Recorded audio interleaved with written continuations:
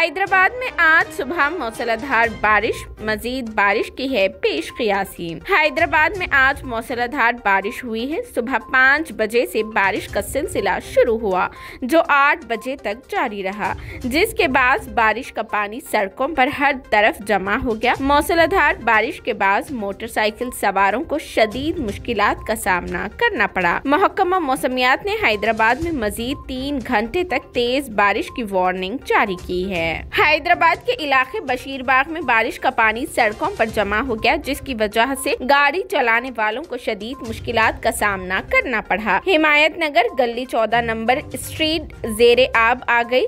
खुतबुल्लापुर के आसपास के इलाकों में मूसलाधार बारिश हुई है। बोटापुल पीरजादी गुड़ा के इलाके भी मुतासिर हुए हैं। सिकंदराबाद और कंटोनमेंट के अतराफ के इलाकों में वक्फे से बारिश हुई। चंदानगर, मियापुर, माधापुर और गच्ची बाउली, नामपल्ली, एबिट्स, कोठी, चादरघाट, मलकपेट, सईदाबाद, कंचनबाग, चंद्रान गुट्टा, चार मीनार, फलकनुमा और पुराने शहर के कई इलाकों में शदीद बारिश पेश हुई है। सबसे ज्यादा बारिश सिर्फ 1 घंटे में हिमायत नगर के इलाके में 77 मिलीमीटर रिकॉर्ड हुई है।